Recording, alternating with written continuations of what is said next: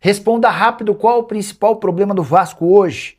Imagino que você tenha citado a falta de gols. E aqui que vem a conclusão surpreendente. Desde que o Pedrinho se tornou presidente do Vasco, o clube gastou quase 200 milhões de reais em atacantes. E a verdade é que esses 12 reforços, que totalizaram 188 milhões de investimento, não deram conta do recado. Bora pra lista?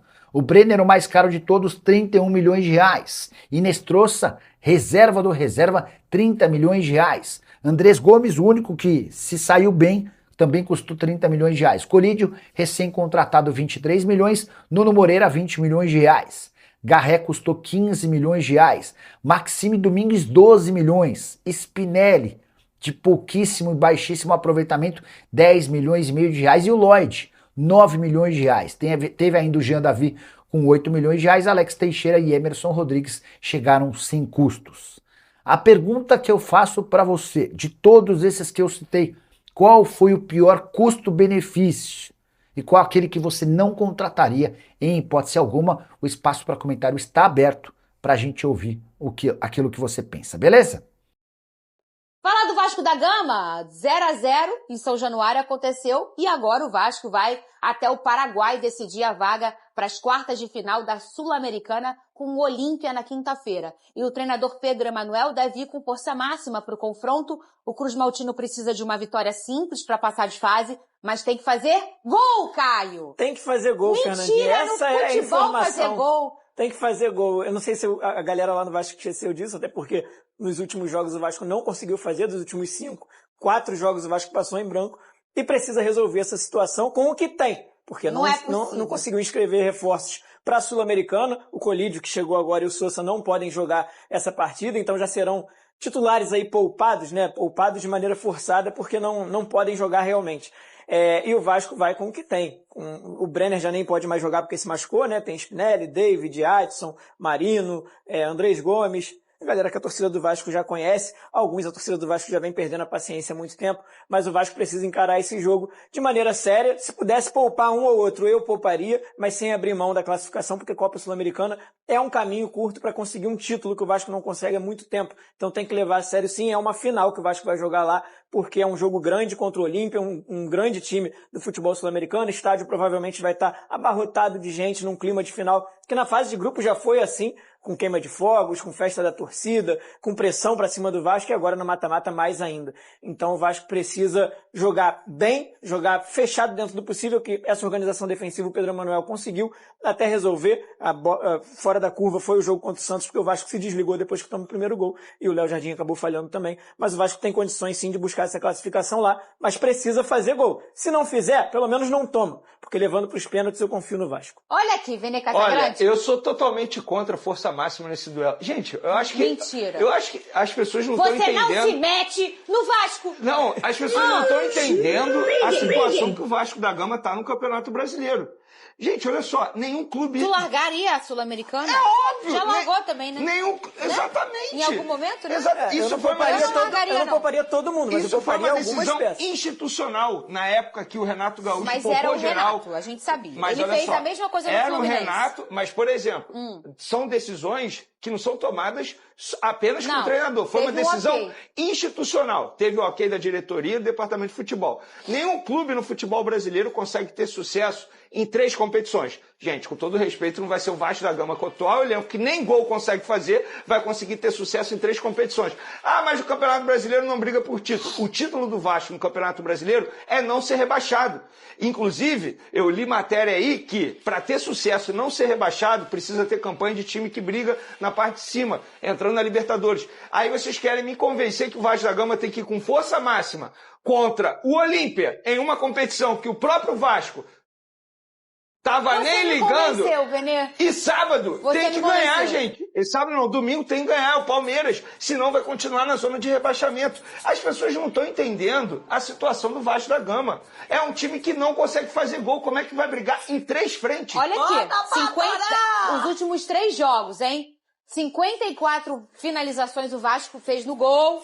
0 gols. Aí, vocês querem brigar em 3 competições? 14 finalizações contra o Bahia, 21 contra o Olímpia e 19 contra o Santos. E ele não fez um golzinho, Caio Caesa? Um golzinho, Fernanda Maia. 54 finalizações quer dizer o quê? Que o time está criando, que o papel do treinador ele está fazendo. O time melhorou, o time consegue criar, gera oportunidades, mas na hora de finalizar não consegue fazer gol. E se quer chutar a bola na direção do gol. Muitas das vezes o Vasco tem um percentual de acerto na direção do gol muito baixo. E aí eu até peguei uns números aqui, Fernandinho. Peraí, seus números estão aqui, ó, os cálculos do Caio. É isso? É por aí, é por aí. É bem por aí. Pelos meus cálculos ainda dá. A situação não é nada agradável no ataque do Vasco. Para vocês terem uma ideia, os 3 jogadores que menos tempo precisam para fazer gols com a camisa do Vasco da Gama são Andrés Gomes, Thiago Mendes e Cauã Barros. O Andrés Gomes em primeiro lugar com 383 minutos para fazer um gol. Isso, a nível de comparação, o Pedro do Flamengo precisa de 127. O Edenilson e o Danilo do Botafogo precisam de 195, 189. Olha o meu super Ed aí. E o John Kennedy do Fluminense precisa de 142. Ou seja, o primeiro lugar do Vasco, que é o Andrés Gomes, que precisa de menos tempo com a camisa do Vasco, tem mais que o dobro de todos esses do Rio de Janeiro. Para vocês verem o tamanho do problema. E dos 3 que eu falei, vocês vão perceber que nenhum deles é centroavante. No caso do Fluminense e do Flamengo são, do Botafogo não. E aí, só para deixar mais claro o problema do Vasco no ataque, quando você vai para grandes chances perdidas pelos atletas do Vasco, aí sim aparecem os centroavantes. O Spinelli com 7 grandes chances perdidas e o Brenner com 6 chances porque perdidas. Também ficam mais perto do crime. Ficam mais perto do crime, mas poderiam ficar mais perto para fazer também. Eu vou dar um exemplo aqui. Eu vou dar um exemplo sobre time para essa quarta-feira. Vamos lá. Quais são os principais jogadores hoje do Vasco da Gama? No setor ofensivo, Andrés Gomes. Vocês concordam, né? Sim. Meio de campo, Thiago Mendes. Sim. Supondo que esses 2 entrem em campo na quarta-feira e não fiquem à disposição para o jogo do final de semana. Se machuca, tem uma lesão muscular, uma entorse no tornozelo, o que é extremamente comum. Sim. Gente, o que adianta você conseguir a classificação diante do Olímpia e continuar na zona de rebaixamento desesperado no Campeonato Brasileiro? Não, esses 2 são 2 que eu pouparia também, tá? Não estou falando que assim, uma coisa é abrir mão completamente do jogo, outra coisa é não poupar. Andrés Gomes e Thiago Mendes, para mim, não entrariam em campo nesse... E talvez o Robert Renan também não, que é muito importante na zaga do Vasco. A gente vai ouvir agora o Pedro Emanuel, que é o treinador do Vasco, o que ele falou na coletiva sobre a necessidade do Vasco em contratar. Nós temos 2 deles, que vocês já viram hoje a atuar, estavam dentro desses planos, e sendo que o Facundo, mesmo não sendo um camisa 9, é um jogador que também pode fazer as 3 posições da frente, ponta e atacante, com características diferentes, como é lógico, daquele camisa 9 vocês estão a falar, o atacante, e por isso mesmo nós estamos a avaliar também que é um momento difícil do mercado. É um momento onde temos que avaliar bem quem vem, porque quem vem tem que fazer de facto a diferença, tem que ajudar quem cá está, e quem cá está precisa dessa ajuda. Agora temos que avaliar bem que tipo de jogador é que vamos ter, porque por trazer acho que não acrescenta nada. Acho que tem que ser jogadores que venham para poder fazer a diferença. Mais do que a quantidade, tem que ser a qualidade, que tem que ser o nosso foco. A gente sabe que isso é muito normal no futebol, mas troca o treinador, ele traz uma penca de gente e depois vai embora e a penca fica. Isso é muito normal. Mas a gente vê, por exemplo, modelos de contratações, como o Botafogo fez naquela era tão vitoriosa. Botafogo Way. Independentemente do treinador, poucos treinadores fizeram escolhas. O Luiz Castro foi um deles, mas ele tinha a chave do Botafogo na mão. Depois que ele saiu, tudo mudou. Os treinadores não ficavam pedindo pessoas. Quem escolhia era o Botafogo em cima do que ele se pensava enquanto modelo. O Flamengo tem esse tipo também. Ele entende ali o que ele vai contratar e ele vai. A gente começa parece que profissionalizar. Quantos jogadores que a gente tem no Vasco e foi o treinador que escolheu? Aí vamos supor, o Pedro dá 3 nomes. Aí o Admar vai lá, busca e traz. Aí daqui a 5 meses ele não tá mais. Aí os caras são vários, e no Vasco, vários estilos diferentes, Fernandinha. Se a gente lembrar, Barbieri, Ramon Dias, Carilli, Diniz, Renato Gaúcho, ninguém se parece aqui em nada. E o Vasco tem vários pedidos de todos esses técnicos no seu atual elenco. E aí, na hora que você coloca para jogar com o 6º treinador aí, o Pedro Emanuel, que já tem um estilo de jogo diferente, você leva tempo para se adaptar. Mas o Pedro Emanuel, nessa coletiva, nada mais falou do que o Renato Gaúcho reclamava também do elenco do Vasco, só que de uma outra maneira, protegendo mais o seu elenco, respeitando mais os seus jogadores, mas com um recado claríssimo para a diretoria. Olha só, se vocês querem trazer alguém, vocês têm que trazer alguém, vocês têm que trazer para jogar. para fazer a diferença, para ser titular do Vasco da Gama e resolver os problemas do Vasco da Gama. Se for para continuar apostando, como fizeram várias vezes nos últimos anos, a gente falou sobre isso aqui, o Vasco em 2026 é o 4º clube do Brasil que mais investiu em reforços, e isso não se traduz para dentro de campo. O Vasco não tem um ataque forte, por exemplo, não tem nenhum time titular confiável nesse momento, não adianta nem trazer. O Pedro Emanuel foi muito claro, ele precisa de jogador para chegar e resolver o problema do Vasco. Geralmente esses jogadores custam mais caros, mas às vezes é melhor você contratar 1, 2 desses, contratar 5, 6, 7, que não agregam em praticamente nada e acabam não acrescentando e não resolvendo os problemas do Vasco.